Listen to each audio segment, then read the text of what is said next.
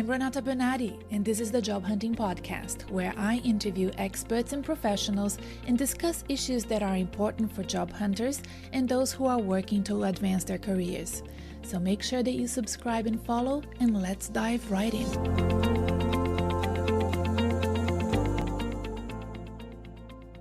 Hi everyone, I hope everyone is doing well. I'm recording this on a Sunday afternoon. It's such a beautiful day here in Melbourne, sunny and nice outside. So I'm in a happy mood, and today we're going to talk about niching down and why I think it's important to find your niche, the misconceptions about niching down we need to address, and the fact that if you do follow this advice and start becoming aware and educated about what you're good at, what your niche is, I have a feeling you will get your job faster. So we're going to talk about all of those ideas in the Job Hunting Podcast. And if you really enjoy this podcast, you can follow me on Instagram, where I'll be sharing some ideas. I always share a little bit of background, what's happening in my office, what I'm doing. So you can follow me on Instagram. You might want to also sign up for the private Facebook group that we have. It's a Facebook group just for job hunters and career enthusiasts. So you're welcome to join. We have some of our previous guests already in there as well. And if you have any questions, you can ask. I also do some live sessions every now and then inside that group that stays and remains only available for that group. So I hope you can join. There is a link to it in the episode show notes. So wherever you're listening, there's usually a little information session for each of the episodes, and I tend to add some links there and make it easier for you to find me. Okay, so niche. Not many people like that. Everybody thinks that they're a generalist, right? And you're most likely not a generalist. We have spoken about this in recent episodes. I don't want you to be afraid of your niche. It's fine to be an expert in something, to have skills in a specific area. And if you think you're a generalist without a specific unique industry expertise, sector expertise, or deep knowledge about a specific area, you're not alone. Most people come to me feeling like that. And when I look at their LinkedIn profiles before we have a conversation, I already know that they are not a generalist.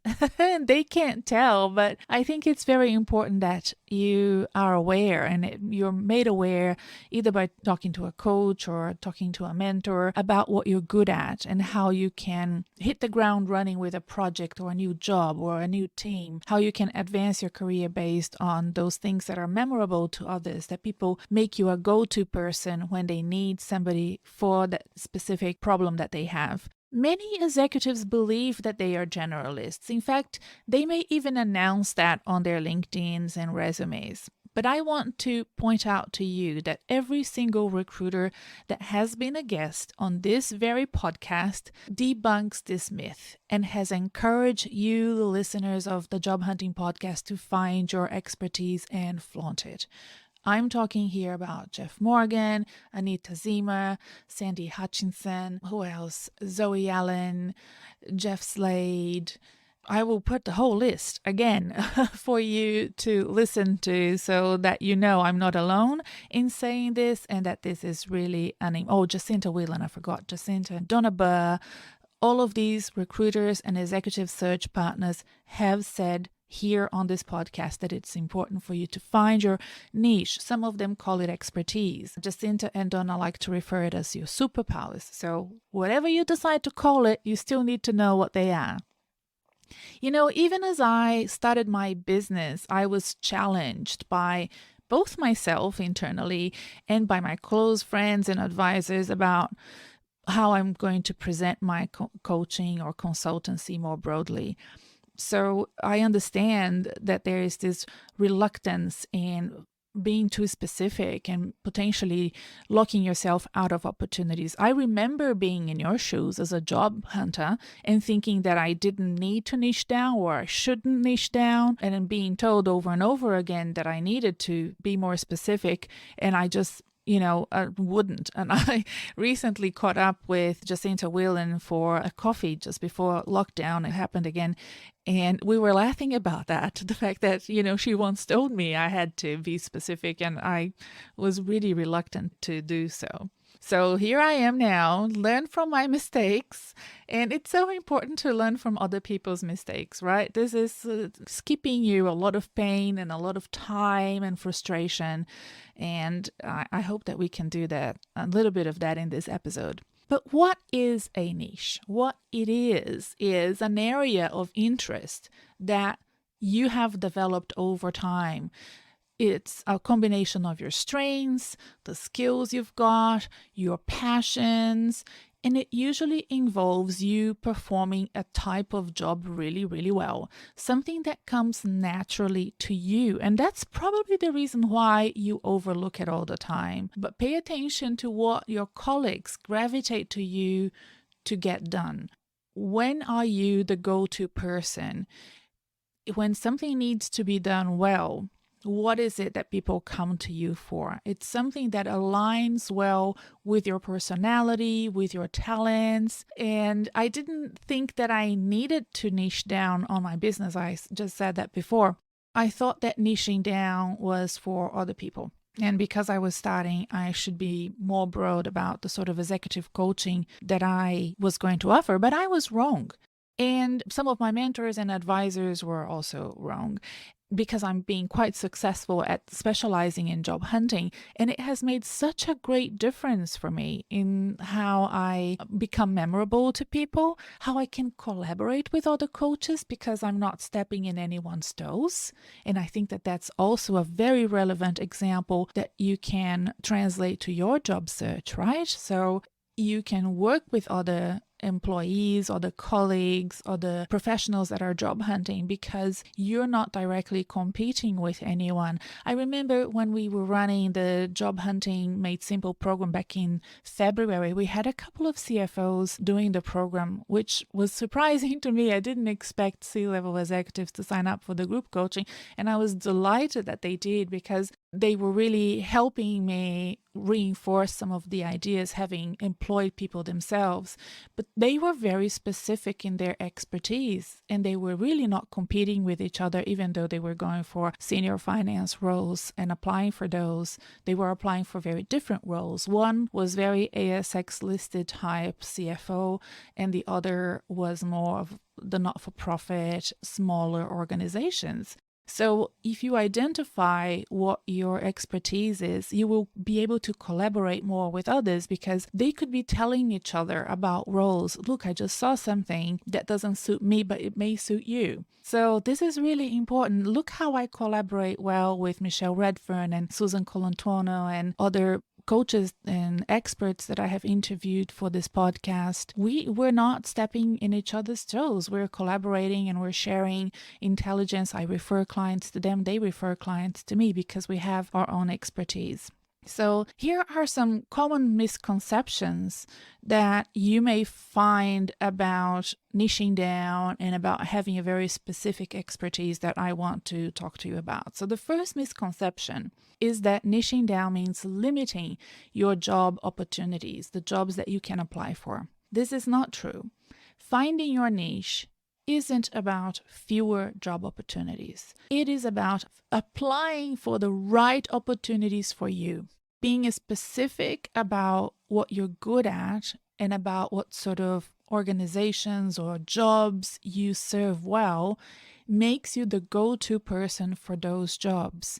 It makes it easier for others to understand why you're a good fit for that role. It makes you more memorable for your network and recruiters to remember you for those jobs that are not advertised or those opportunities that are just coming up. We've spoken about this in the previous episode where I explained how recruitment and selection works, right? You want to be that go-to person that when opportunities are being discussed internally in an organization, it hasn't even reached the market. They will say, wow, I think, Mary or John or Cassie or Tom will be great for this opportunity. And do you want me to get in touch with them? Would you like to see them? And that's when it's important for you to be known for a specific expertise.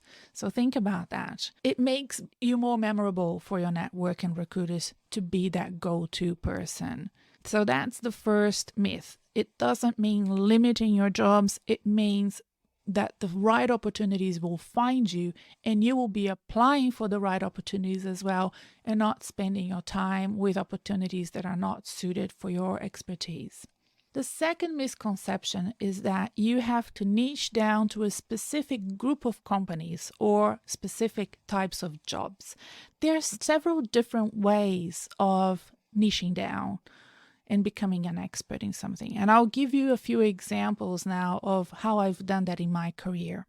So for example, I have been quite good at implementing CRM solutions for organizations. I've done this a few times in the past, and really I'm good at it. I just don't know why I became good at it. I became well known for being good at it. The last one I did was Salesforce. I really enjoyed working with Salesforce. I went to Dreamforce, which now seems like a dream.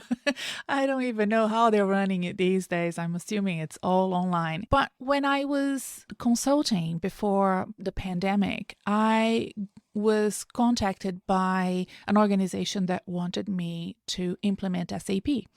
Have I implemented SAP before? No. But my expertise in being very good at enterprise-wide system implementation meant that they could draw the dot points, draw a line from, okay, she's been good at CRM, she's been good at Salesforce. There's a component of Salesforce that includes SAP as well. For many organizations, it would have to work together, right? And this organization said, can you come in and talk to us? We're struggling with this part of SAP. We want to see if you can help. So don't worry about reducing your opportunities. The other thing that I think is important is, for example, you can niche down by budget size or team size. And I remember when I left my CEO position, because I had been the CEO of a small organization, I felt quite uncomfortable at times explaining or pitching myself as a CEO, because I thought, this is such a small organization. I think I'd rather say it differently. I'd rather say that I'm a business development executive, for example. And people like Jacinta Whelan would say, no, you are the CEO. You were the CEO of a not-for-profit organization, and there will be other organizations just like that need somebody like you. And in fact, she was right. I had many opportunities come to me because of that role. So don't be put off by the fact that it was a smaller type of organization, a smaller team. There are several organizations like that, and you can then jump from one organization to another. In fact, if I wanted to manage another not-for-profit, I think that would possibly be the best, easiest path for me to find another organization that had that size and scope, or that network of stakeholders, for example. And I think I misunderstood that for too long, and I don't want any of my clients to do the same, and in fact none of my listeners here as well. The other way to niche down that has helped me personally in the past was to niche down in terms of higher education. I started my career back in Brazil over 20 years ago by being an educational agent representing lots of universities in Brazil and sending students from Brazil overseas to do MBAs and postgraduate studies. That then got me my first job in Australia. It got me even my CEO role, because it was involving higher education as well, and identifying those Ivy League universities, the right opportunities for the right scholars. When I was the CEO of the John Monash Foundation, I worked in higher education here in Australia, in and out of higher education. Even when I was not in higher education, the fact that I knew so much about academia, about research and development and innovation, that got me the jobs outside of that sector.